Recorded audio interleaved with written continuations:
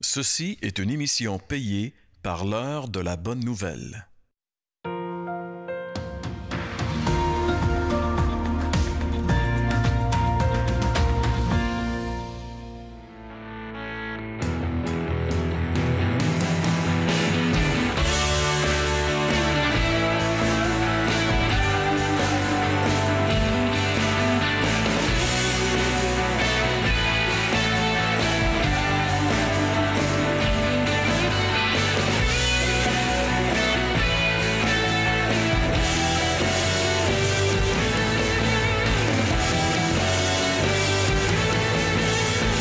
Bonjour, bienvenue à l'heure de la bonne nouvelle. On poursuit encore cette semaine notre série qui a comme thème « Je suis Jésus » et on aborde aujourd'hui une déclaration de Jésus qui a dit simplement « Je suis la vérité ». Et je suis avec Martin. Bonjour, Martin. Salut, François. Hey, la vérité existe-t-elle? La vérité absolue existe-t-elle? Parce que dans le monde qu'on est, on entend énormément de personnes dire « Écoute, j'ai ma vérité, t'as ta vérité ». Alors, la question qui tue aujourd'hui, c'est « Est-ce que la vérité absolue existe? » Ben moi, je dis oui à cette question-là. La vérité absolue existe. Par contre, c'est de plus en plus populaire que la vérité est relative. Puis j'aurais aimé ça que la vérité soit relative dans mes cours de mathématiques à l'école. J'aurais eu une meilleure note, probablement. C'est bon. Alors, on a été dans la rue comme à l'habitude et on a posé la question suivante aux personnes qui sont avec nous. La vérité est-elle quelque chose d'absolu? Il se peut que pour une personne, ça soit très, très vrai et pour l'autre, que ça pose un point d'interrogation ou que c'est totalement différent. Ça se peut. Si quelqu'un avait la vérité absolue, si quelqu'un la possédait, parce que personne ne la possède, là, bien, s'il existe ou il n'existe pas. Mais il ne peut pas exister puis ne pas exister en même temps, d'après moi. Là. La vérité, pour moi, c'est assez absolu. Oui, les deux peuvent être vrais en même temps. Parce que, tu sais, il y en a qui vont croire à ce qu'ils vont voir, d'autres qui vont croire à ce qui leur semble logique. Bien, des fois, ça peut paraître à un que c'est absolu, puis l'autre ne l'est pas. Mais c'est selon comment nous autres, on le perçoit, j'imagine. Là. La vérité, c'est la vérité, mais ce qui arrive, c'est que la vérité peut être la vérité aujourd'hui, le lendemain, elle peut être déformée. Hein? Alors, il y a toujours des deux côtés de la médaille qui sont présentés. Et puis quand les gens sont bien persuasifs, ils réussissent à convaincre l'un ou l'autre. Ils réussissent parfois à me convaincre, les deux. Je pense que, comme dans le spectre des émotions, on peut avoir deux entités contradictoires puis qui cohabitent ensemble. Je pense que oui. Je pense que les deux peuvent avoir raison. Ça dépend, j'imagine, ça veut dire quoi pour chacun, Dieu, c'est quoi. Autant que de gens sur la Terre, je crois qu'il y aurait autant d'idées, savoir où se situe là-dedans. Je pense que chacun a le droit de sa vérité, puis chacun a le droit à ses croyances. Il faut juste les respecter puis bien vivre avec. Là. Je pense que c'est une question de respect. Là. Martin, comme tu constates, il y a quand même c'est partagé comme opinion, mais le dernier intervenant qui mentionne le respect, je pense que c'est fondamental parce qu'on ne voudrait pas, nous, avoir une attitude ou manifester une certaine arrogance vis-à-vis du fait qu'on proclame la vérité, parce que la vérité, c'est pas nous, c'est quelqu'un d'autre. Et puis, il y a la perception qui a été mentionnée, j'aime beaucoup ça. Oui. Écoute, le dernier, je l'ai aimé beaucoup. Chacun a le droit à ses vérités, à ses croyances. Puis c'est vrai, je veux dire, tout le monde a le droit de croire ce qu'il veut, mais je pense qu'il faut se questionner. Est-ce que mes croyances sont la vérité? C'est ça que on invite les gens à se poser cette question-là. On doit nous-mêmes se poser ces questions-là. Est-ce que ce que je crois est la vérité? Et question de perception aussi, je pense que souvent les gens mélangent la vérité et la perception. La perception, elle est relative pour les gens, pour différentes personnes, mais la vérité en elle-même, elle est absolue à la base. Tout à fait. Hey, merci. On va continuer parce que il y a quelque chose d'important. Quelqu'un a mentionné dans ce Vox Pop que personne détient la vérité absolue et on est tout à fait d'accord avec ça. Puisque c'est le cas, pourquoi ne pas suivre et ne pas écouter celui qui dit la vérité, celui même qui se prétend être la vérité absolue? Et c'est Jésus-Christ. Et on en parle après la pause. Parce que la perception, François, elle change d'une personne à l'autre, mais la vérité ne change pas. Une vérité, là, ça demeure vrai pour tout le monde, même si c'est pas tout le monde qui aperçoit comme étant quelque chose de vrai. Alors, si on va au Seigneur Jésus-Christ pour le connaître, lui, parce qu'il est une personne, c'est Dieu fait homme, bien, on va connaître la vérité. Vous avez des questions ou des commentaires sur ce que vous venez d'entendre? Contactez-nous par téléphone ou réagissez sur les médias sociaux.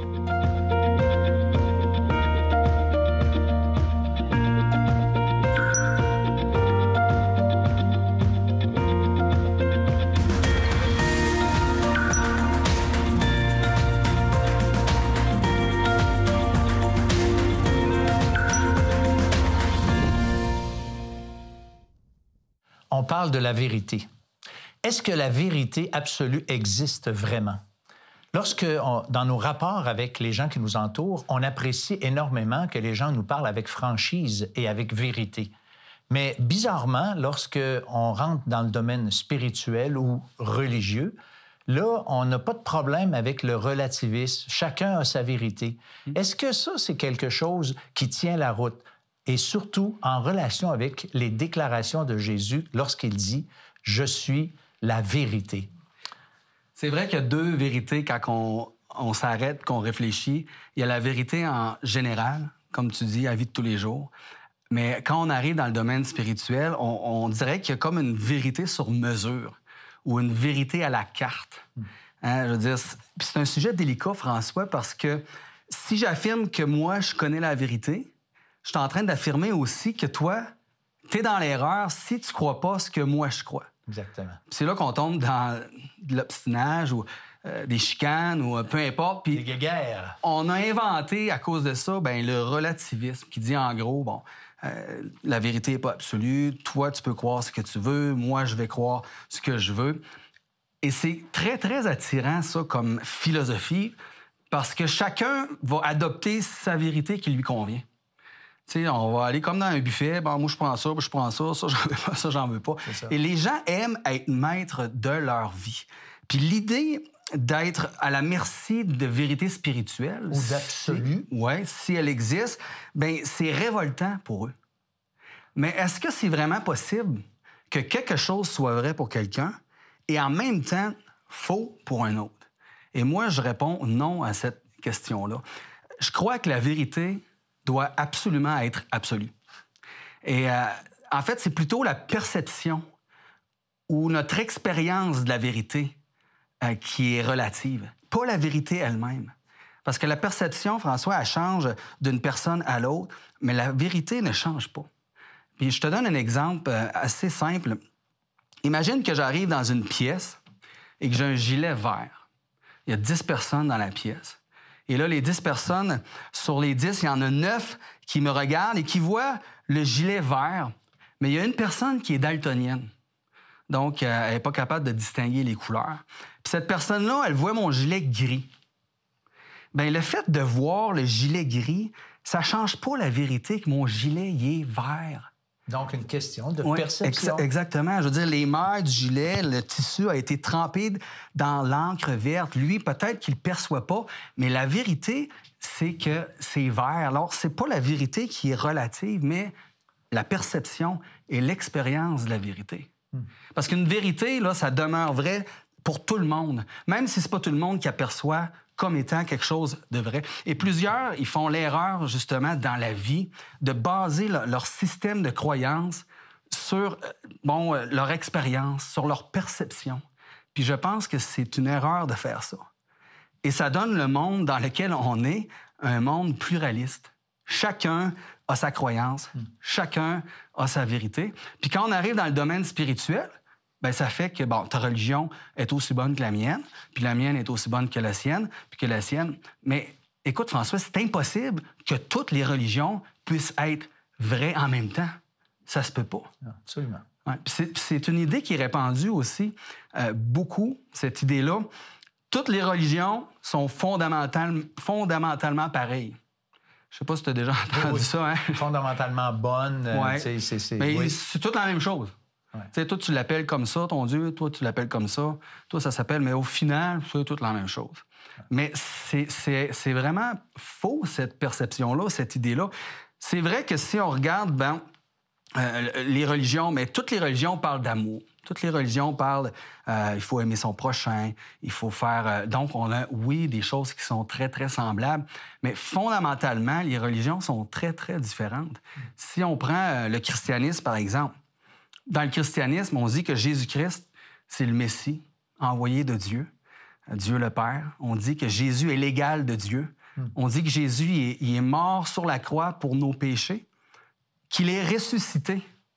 Si on prend le judaïsme, est-ce que le judaïsme croit que Jésus est le Messie? Non, ils l'ont rejeté. Ils l'ont tué, ils l'ont crucifié. Si on prend l'islam, l'islam ne croit pas que Jésus est mort pour nos péchés. Si on prend aussi l'islam, témoin de Jéhovah, il ne croit pas que Jésus est Dieu. Bon, c'était un serviteur, simplement. Si on prend l'hindouisme, l'hindouisme, il croit en plein de dieux. Si on prend le bouddhisme, le bouddhisme ne croit pas à l'existence d'un Dieu personnel qui veut entrer en relation avec nous. Alors, de dire que toutes les religions sont fondamentalement pareilles, ça ne peut pas être plus faux que ça. C'est vrai.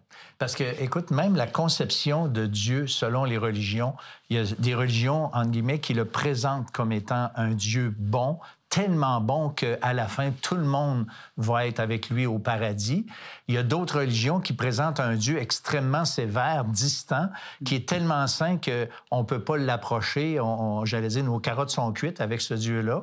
Ou encore des gens qui croient, par exemple, à la réincarnation ou qui croient à la résurrection. Récemment, j'ai rencontré quelqu'un puis il disait que lui, il croyait à la réincarnation. Puis en discutant, il dit non. Il dit, c'est la résurrection, je voulais dire. Parce que la résurrection, c'est on meurt et Dieu ressuscite les corps et on arrive devant Dieu. Ça, c'est ce que la Bible nous enseigne. Tandis que la réincarnation, c'est d'effort en effort, de vie en vie pour atteindre un certain sommet. Alors, est-ce que ces deux concepts-là, tellement différents, peuvent être vrais en même temps? Bien, écoute, moi, je suis d'accord avec toi, fondamentalement. Une autre idée que j'entends souvent, c'est peu importe ce que tu crois, tout le monde va aller au ciel. Ça, on l'a entendu tellement souvent. Puis on appelle ça l'universalisme religieux. Puis c'est basé sur l'idée que Dieu est amour. Ouais. Dieu est bon. Mais quand je parle avec les gens qui croient ça et que je demande, est-ce que ça s'applique aussi à des gens comme Hitler? Bon, ou d'autres personnes qui ont fait des atrocités. Là, tout à coup, les gens, ils hésitent. Ils ont comme une hésitation, puis ils sont plus certains, finalement, que l'universalisme, c'est quelque chose qui peut être vrai. C'est comme s'ils ont un sens de la justice en eux qui les font hésiter de répondre oui. C'est ça. Mais en fait, ça, c'est clair que c'est le cas, hein, Martin? Ouais. Il y a un sentiment de justice en chaque être humain et ça se peut pas qu'on se ramasse tous à la même place quand tu parles ou penses à des personnes comme tu viens de mentionner. Alors, ces deux idées-là que je viens de partager, c'est attirant, mais il n'y a pas de fondement solide, il n'y a aucun fondement biblique. Puis j'aimerais ça maintenant regarder deux affirmations à propos de la vérité. Donc, qui ont été prononcées par deux leaders religieux, mais je veux les mettre en comparaison avec qu'est-ce que Jésus dit à propos de la vérité. La première affirmation, c'est Mahomet qui a dit « La vérité plane et ne se laisse jamais dominer. » Et je pense que c'est l'idée que la vérité est tellement au-dessus de nous qu'on ne peut pas jamais vraiment la saisir, la vérité. Mais Jésus a dit « Si vous restez fidèles à mes paroles, vous connaîtrez la vérité et la vérité vous rendra libre. » Alors, selon Jésus, la vérité, on peut la connaître. Puis on peut la saisir. Puis elle peut nous rendre libres. Libres de quoi? Bien, de la condamnation à cause de nos péchés. On peut être libéré de cette condamnation-là en Jésus. Deuxième chose, c'est Bouddha qui a dit « Doutez de tout et surtout de ce que je vais vous dire. » Bien, je ne sais pas si ça t'invite à aller l'écouter, mais douter de tout et surtout de ce que je vais vous dire, c'est contrastant avec Jésus qui a dit « Je suis la vérité. Croyez en Dieu et croyez en moi. » Donc, Jésus est lui-même la vérité, comme il est lui-même le chemin. Hein? Et il nous invite à croire en lui, il nous invite à croire en Dieu. Alors, si on va au Seigneur Jésus-Christ pour le connaître, lui, parce qu'il est une personne, c'est Dieu fait homme, bien, on va connaître la vérité, parce qu'il est la vérité. et il dit qu'il nous rendra libres. Et Jean 8, 36 nous dit, « Si donc le Fils vous affranchit, vous serez réellement libres. » Alors, si vous êtes à la recherche de la vérité, j'ai 2 questions à vous poser, 2 questions super importantes. Première question, êtes-vous prêt à découvrir la vérité? Parce que si on recherche la vérité, êtes-vous prêt à la découvrir? Puis la deuxième question, êtes-vous prêt à accepter la vérité? Même si elle ne fait pas votre affaire. Saint Augustin d'Hippone, qui est un père de l'Église, a dit ceci, et je termine avec cette citation, François. Il dit « Nous aimons la vérité lorsqu'elle nous éclaire, mais nous la détestons lorsqu'elle nous condamne. » Est-ce que j'aime la vérité? Est-ce que je suis prêt à me mettre devant Dieu puis dire « Seigneur, OK, j'ai toujours cru telle et telle chose, et puis vous étiez sans doute sincère, mais nous, on vous propose aujourd'hui de considérer le Seigneur Jésus-Christ comme étant vraiment non seulement celui qui a dit la vérité, mais celui qui est la vérité. » Et on vous invite à poursuivre votre réflexion en lisant la Bible. Laissez Dieu vous parler lorsque vous allez lire la Bible. Même, je vous suggère de prier Dieu, de dire « Seigneur, écoute, je suis rendu mêlé. Je ne sais plus quoi dire, je ne sais plus quoi penser. Mais je veux maintenant lire ta parole. Lisez-la d'une façon systématique. Vous commencez au début d'un livre et vous poursuivez votre lecture toujours dans un esprit de prière pour que vous puissiez vraiment connaître la vérité. Et comme Martin l'a mentionné, vous connaîtrez la vérité, a dit Jésus, et la vérité vous affranchira. La vérité vous rendra libre. Et quand on parle de liberté dans le christianisme, c'est une liberté où on peut avoir cette assurance, cette certitude que nos péchés sont pardonnés, qu'on n'a pas peur que la colère d'un Dieu fâché nous tombe dessus, parce que, comme ça a été dit précédemment, le Christ lui-même, à la croix, a pris cette colère. Dieu s'est détourné de son propre Fils lorsqu'il portait sur lui nos péchés, afin que nous puissions être pardonnés, libérés. Et c'est vraiment cette vérité, cette merveilleuse vérité que nous vous invitons à considérer, peut-être pour la première fois de votre vie, mais je sais que jamais vous allez le regretter. L'heure de la bonne nouvelle, en collaboration avec le Messager chrétien, vous offre gratuitement le livre de méditation quotidienne La Bonne Semence. Pour en recevoir un exemplaire, écrivez-nous à l'heure de la bonne nouvelle, casier postal 33012, comptoir postal Thibault, Trois-Rivières, Québec, G8T 9T8. Vous pouvez également nous joindre à info@hbn.ca ou par téléphone 1-866-509-1319. Vous avez des questions ou des commentaires sur ce que vous venez d'entendre? Contactez-nous par téléphone ou réagissez sur les médias sociaux.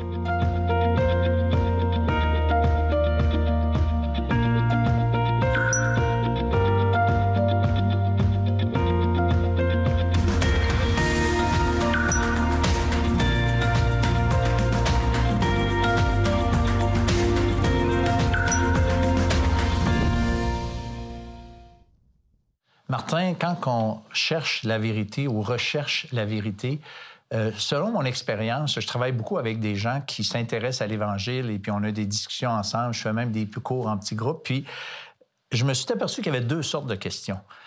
La première sorte de question, c'est une question sincère et essentielle pour que la personne continue son cheminement. Autrement dit, elle a un bug avec une certaine question et pour elle, c'est important que cette question-là, il y ait une certaine réponse, en tout cas, pour qu'elle puisse continuer son cheminement. C'est des gens qui cherchent vraiment la vérité. Ça, c'est des gens que j'appelle, moi, des sincères, puis j'appelle ça, je vais dire, des vraies questions. Tu Oui. Des questions où c'est que je dois me faire un effort particulier pour bien écouter, bien comprendre, puis répondre dans la mesure de mes capacités. Mais il y a une autre sorte de question. Et cette sorte de questions-là, moi, j'appelle ça des questions cul-de-sac. C'est des questions, en fait, pour se débarrasser ou détourner l'attention. Alors ça, ce genre de questions-là, quand je feed un peu que c'est ce genre de questions-là, cette catégorie de questions, bien là, je ferme les stores. Pas, hein? Ben écoute, c'est parce que je réponds une fois ou deux, mais là, je m'aperçois à un moment donné que, tu sais, un cul-de-sac là, non, c'est terminé. Pilate, il était un peu dans cette catégorie-là quand il était avec Jésus et il questionne Jésus. En fait, Jésus lui dit « Quiconque est de la vérité, écoute ma voix. » Et là, Pilate, lui, regarde Jésus, il dit « Mais qu'est-ce que la vérité? » Bonne question. Bonne question, mais il n'attend pas la réponse, il s'en va. Il sort. Donc, je suis pas sûr qu'il attendait. Catégorie number 2. Bon, exactement. C'est clair, c'est ça. Comment, Martin, on peut définir la vérité, des lignes avec lesquelles on pourrait être aidé pour définir la vérité? Bien, la première chose, je dirais que c'est la vérité, on ne l'invente pas, on la découvre. Donc, la vérité existe, même si on ne la connaît pas encore. La gravité existait avant Newton. Ah. C'est pas parce qu'il a découvert que tout d'un coup, non, ça existe. Et on est appelé à chercher cette vérité-là. Puis Dieu, bien, il nous dit qu'on peut trouver, le Seigneur Jésus, il dit qu'on peut trouver la vérité. OK. On pourrait dire aussi, Martin, que la vérité est transculturelle, c'est-à-dire que tu sois un Québécois, un Américain, un Africain ou un Chinois, la vérité est la vérité pour tout le monde. Ça va au-delà des frontières, des races et des langues. Donc, si le christianisme est vrai, bien, il est vrai pour tout le monde. Et si c'est le bouddhisme qui est vrai, bien, il est vrai pour tout le monde. Oui, absolument. Je dirais aussi, la vérité au sujet de Dieu ne change pas. C'est nos croyances sur la vérité qui changent. Puis moi, j'ai un ami qui était longtemps dans le christianisme, puis il a abandonné le christianisme. Mais le fait d'abandonner le christianisme n'a pas fait disparaître Dieu. Dieu, il existe, puis les vérités sur lui ne changent pas. Quand on a commencé à croire que la Terre était ronde au lieu d'être plate, bien, la vérité sur la Terre n'a pas changé. Donc, c'est notre croyance qui change. La vérité ne change pas. C'est ça. Puis la vérité aussi, Martin, on pourrait dire qu'elle n'est pas affectée par l'attitude de la personne qui l'amène, qui la donne. Par exemple, quelqu'un qui est très agressif et qui dit des choses vraies, bien, les choses sont quand même vraies, même si la personne a une attitude à coucher dehors. Par contre, celui qui est humble et qui, peut-être, on a tendance à l'écouter puis à avoir une oreille tendue vers cette personne-là parce qu'elle a une belle attitude, puis qu'elle dit des mensonges ou des choses qui sont fausses, des erreurs, bien, ça ne devient pas vrai parce qu'elle a une bonne attitude. C'est comme la sincérité, hein? On dit tu peux être sincère, mais tu peux être sincèrement dans l'erreur. Hein? Absolument. Je dirais aussi que, en fait, on le dit, mais je le répète, que toutes les vérités sont des vérités absolues. Vraiment, vraiment absolues. Puis même celles qui paraissent relatives sont des vérités absolues. En fait, c'est notre perception. Puis je te redonne un autre exemple. J'ai vu ça sur Facebook. C'était une image où est-ce qu'il y avait un gros 6 écrit sur la plage, le sable. Et il y avait quelqu'un qui était d'un côté, puis il dit 6. Puis l'autre qui était de l'autre bord, puis il dit 9. Et là, c'était écrit, voyez-vous, la vérité, elle est relative. Mais là, il y a une autre image en dessous. C'est l'auteur, en fait, lui qui a écrit. Il arrive, puis il pointe, puis il dit 9. Alors, la personne qui voit un 6, t'as bien beau voir un 6, la vérité, là, c'est qu'est-ce qu'il voulait écrire, le gars. Il le dit, j'ai écrit un 9. Si tu vois un 6, parce que t'as pas la bonne perspective. La vérité, c'est ce que j'ai écrit. Donc, la vérité, elle est absolue. Oui, c'est ça. Bien, écoute, Martin, je pense que chacun d'entre nous, on devrait réaliser que beaucoup de gens ont des preuves, des évidences, puis ils refusent de croire quand même. Il y a dans la Bible, Jésus avait ressuscité Lazare, si vous connaissez peut-être l'histoire, dans l'Évangile de Jean. Et après avoir ressuscité Lazare, les Juifs sont tellement pompés qu'ils décident de tuer Lazare pour se débarrasser de ce gênant témoin. Alors, si je vous convainquais aujourd'hui de la vérité, c'est possible que vous disiez non à cette vérité-là, simplement parce que ça ne fait pas votre affaire, vous savez que ça va changer votre vie, mais moi, je vous encourage à, en fait, ne pas avoir cette attitude-là, de rester ouvert à la vérité et vous laisser éventuellement transformer par la vérité. Vous avez des questions ou des commentaires sur ce que vous venez d'entendre? Contactez-nous par téléphone ou réagissez sur les médias sociaux.